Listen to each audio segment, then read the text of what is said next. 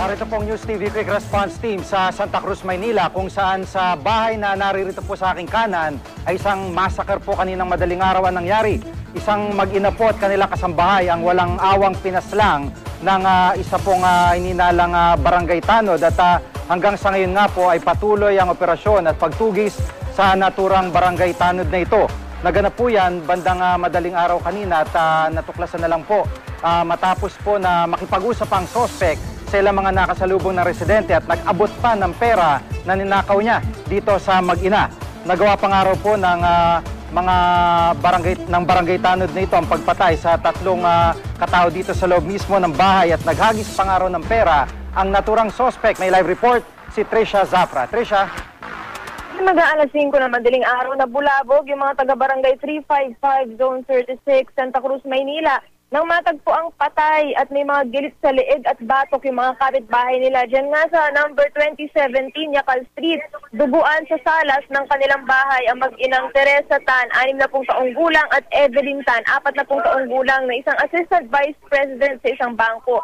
Patay rin yung kanilang kasambahay Jiggy na si Christine Bartulay, 22 taong gulang, na natagpuan ng scene of the crime operatives na nakahandusay sa may front door. Sa inisyal na pagsisiyasat ng pulisya, lumilitaw na pagnanakaw ang motibo sa krimen at ang itinuturong salarin Jiggy tanod ng katabing barangay. Positibong kinilala ng isang eyewitness kasi yung suspect na si Nestor Delizalde Jr. tanod sa barangay 225 Zone 21. Sa salaysay ng saksi sa pulisya, alas 3 daw ng madaling araw nung makarinig yung witness ng sigawan dun sa bahay ng pamilya Tan. Nang tumahimik, nakita raw ng suspect na lumalabas mula sa bahay ng mga biktima ang suspect. Nagkaharap at kinausap pa raw ng suspect ang saksi bago raw ito sumakay ng tricycle para umalis sa lugar. Nagtagis pa raw ng pera yung suspect sa mga nadaanan niyang kapitbahay sa eskinita. Pinaghahanap na ngayon ang suspect na nahaharap sa kasong pagpatay. Inaalam pa Jiggy ng mga pulis kung magkano yung kabuuang halaga ng ari-arihang nakuha sa bahay. Ayon sa mga kasamahang tanod ng suspect, dati na raw itong nakulong dahil sa paggamit ng ipinagbabawal na gamot. Ganun na lang yung kanilang pagkadismaya raw dahil nangako na itong magbabago na nang mag-apply sa kanilang chairman para maging barangay tanod. Samantala, Jiggy, balot naman ngayon ng takot at pangamba yung mga residente dahil yun daw inaasahan nila magbabantay sa kanila, yun pa raw ang gumawa ng krimen dyan sa isa nilang kapitbahay. Jiggy? Maraming salamat, Trisha Zafra.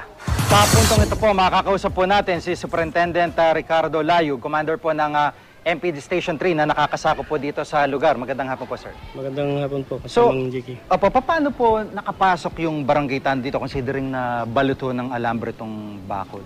Yan po ang isa sa pinag-aaralan natin dahil kanina pagpasok namin, itong front gate na yan, yung main door sa loob, nung nabuksan siya, nag-a-alarm. So meron silang alarma sa loob. Nung pumasok kami sa likod, nakita namin na meron doon mga piyesa na apparently nagpapatotoo na inalis niya yung mga alarm. So ibig sabihin, alam niya yung pasikot-sikot sa loob ng bahay. So isa yun sa masusing pinag-aaralan namin, yung malalim na investigasyon. Sa tingin niyo ho ba matagal-tagal ding pinag-aralan ng suspect kung paano papasukan tong bahay o tiniktikan muna niya? So, isa nga sa pinag-aaralan namin doon sa tatlong nasa loob, maaaring isa doon ay mayroong kunayban sa kanya, pero yun ay makikita natin doon sa malalimang pag-imbestiga pa namin. Opo, may ideya na ho ba kung magkanong natangay nitong suspect considering na namigay pa siya habang may mga nakakasalubong yata siya? Wala pa rin po dahil kanina, nung huli kami nag-imbestiga, kasama namin yung SOCO tsaka yung sa homicide, wala pa kasi yung direktang kamag-anak na makakapagsabi kung magkano yung pera o kung may pera man na wala sa kanila. Opo, sa ngayon po ba may lead na po yung police kung saan po maaaring nasaan tong suspect na ito? Meron po. Actually, mula pa po kanina yung manhunt operation namin, continuous po yung follow-up operation namin. At sa ngayon, nakalatag po sa field yung ating mga operatiba. Opo, at siguro ho yung panawagan doon sa mga tumutulong sa suspect ngayon o nagkukup-kup sa kanya? Ano po yung nais niyo paabot? Ay kung meron man po sa kanilang nagkukup-kup dito sa suspect na pinakita natin kanina, magdalawang isip po kayo dahil maaaring masama po kayo doon sa kasong kakaharapin itong suspect na ito. Opo, ito, dala niyo po itong buy data niya. Galing po ito sa barangay. Pakita po natin yung larawan ulit nitong suspect na ito dito sa camera. Yan po yung records niya galing sa barangay. Opo. Apparently, 7 p.m. Yesterday, Naka-uniforme pa to ng barangay at nag-duty pa nga ito hanggang alas 2 ng madaling araw. Opo. At sa maaaring nakakakilala ho dito sa suspect, sa tingin niyo ho ba ito'y medyo delikado, yung armed and dangerous na sinasabi? Ang kanina po, ayon sa isa sa witness, nakita po ito na mayroon dalang kutsilyo. So maaari na dala niya pa rin yung kutsilyo na yon. Opo. Maraming pong salamat, sir. Si Superintendent Ricardo Layug, ang hepe po ng Station 3 ng MPD na nakakasako po dito sa lugar.